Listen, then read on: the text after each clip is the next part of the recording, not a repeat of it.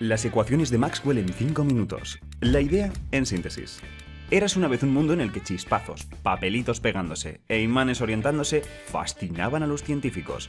Estos fenómenos se usaron para construir cosas muy guays, pero no fue hasta el siglo XIX que la gente empezó a entender cómo estaban relacionados, gracias al trabajo de montones de físicos decididos a unir las piezas, una tarea a la que Maxwell dio el último puntapié, sintetizando todos estos fenómenos eléctricos y magnéticos en las ecuaciones que hoy escribimos en 4. Estas son las ecuaciones de Maxwell. Empecemos por lo básico. El espacio está lleno de una cosa llamada el campo electromagnético. Solo nuestros protagonistas pueden sentir este campo, las cargas y los imanes. El campo es el medio a través del cual cargas e imanes pueden influirse, atrayéndose, repeliéndose, girando. Esta intermediación tiene unas reglas. Cómo las cargas e imanes perturban el campo y cómo el campo se perturba a sí mismo viene condensado en las ecuaciones de Maxwell. Ahora, cómo este campo afecta a las cargas viene dado por otra ecuación, la ecuación de la fuerza de Lorentz. O sea, que las ecuaciones de Maxwell no hablan de cómo se mueven las cargas, sino de cómo es y cómo cambia el campo. La manera en la que las escribimos ha cambiado mucho con el tiempo. Al principio eran 8, aunque luego se vio que se podían reducir a 4. Gracias a nuestros conocimientos actuales, sabemos que la manera más natural es expresarla en 2, pero hoy no me pondré pijo, y hablaré de la manera tradicional que todos aprendemos. En este formato separamos el campo electromagnético en dos campos distintos.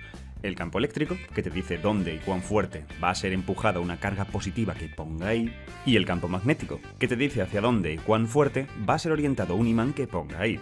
Vamos a ver cómo todos estos componentes juegan. Primera ecuación, la ley de Gauss. Esta describe cómo las cargas afectan al campo eléctrico.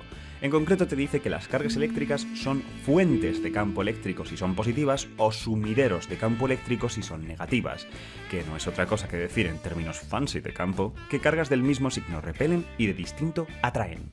La ley de Gauss también captura que el campo eléctrico decae con la distancia, y lo hace de una manera muy precisa, con el cuadrado de la distancia.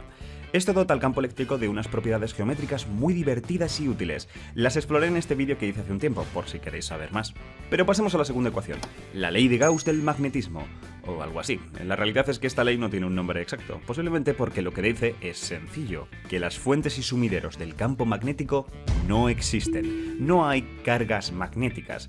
Eso no quiere decir que no haya objetos que puedan crear campos magnéticos, eso es lo que hacen los imanes. La cosa es que al no haber ni fuentes ni sumideros, el campo magnético siempre debe cerrarse sobre sí mismo.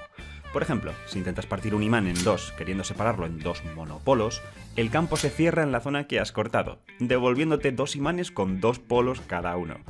En resumen, en nuestro mundo los monopolos son imposibles.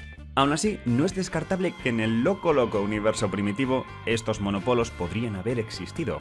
En este caso hipotético, la ley de Gauss del magnetismo sería muy parecida a la ley de Gauss del campo eléctrico, y, utilizando las matemáticas adecuadas, podríamos sintetizar todas las ecuaciones de Maxwell no a dos, sino a una sola ecuación.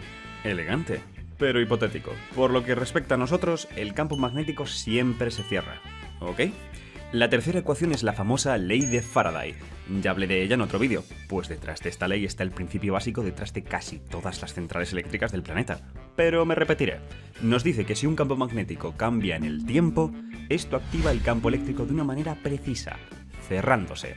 Concretamente, si el campo magnético aumenta, el eléctrico se orienta en el sentido de las agujas del reloj. Si decrece, se orienta al contrario.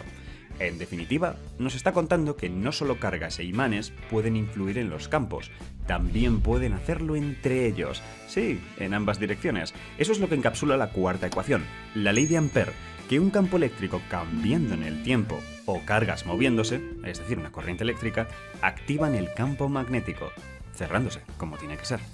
Este elemento nuevo, el de la corriente eléctrica, es muy útil en las aplicaciones, pues permite generar imanes artificiales. Basta con hacer pasar una corriente eléctrica por una bobina con la forma apropiada y tienes un campo magnético. Cuanto más intensa sea la corriente, más intenso el campo magnético. Esto es un electroimán, y la mayoría de los campos magnéticos del mundo se generan con ellos, incluido el que nos protege del viento solar. Y ahí lo tenéis. Estas son las ecuaciones de Maxwell. Combinándolas correctamente, todos los fenómenos electromagnéticos que nuestros ojos ven pueden ser explicados.